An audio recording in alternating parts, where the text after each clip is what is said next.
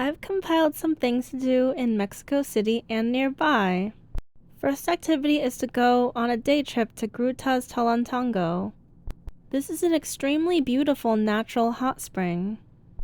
You can also stay here on the resort, but if you want you can definitely just do a day trip like me. This place is extremely beautiful and picturesque, very worth it.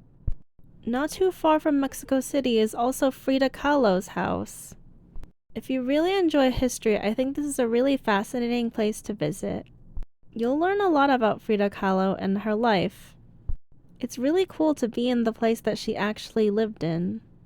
Unfortunately, her life is a bit sad, but it's still really worth visiting her house in my opinion. Other than that, I highly recommend going on a walking tour and seeing some churches. I always love to visit churches because they tend to be very beautiful. Another really fun thing to do is go to see a Lucha Libre show.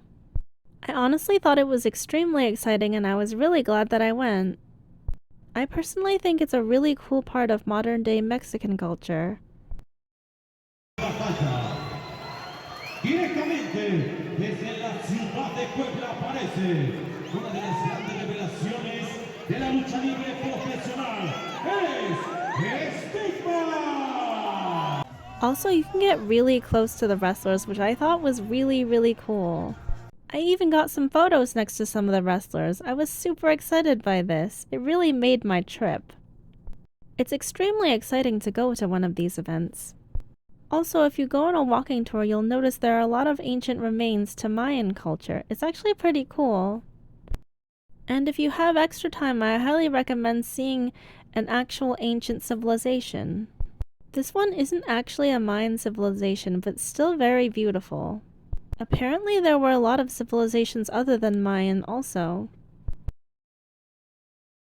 I'm not going to attempt to say this place that I went to, but it was really cool.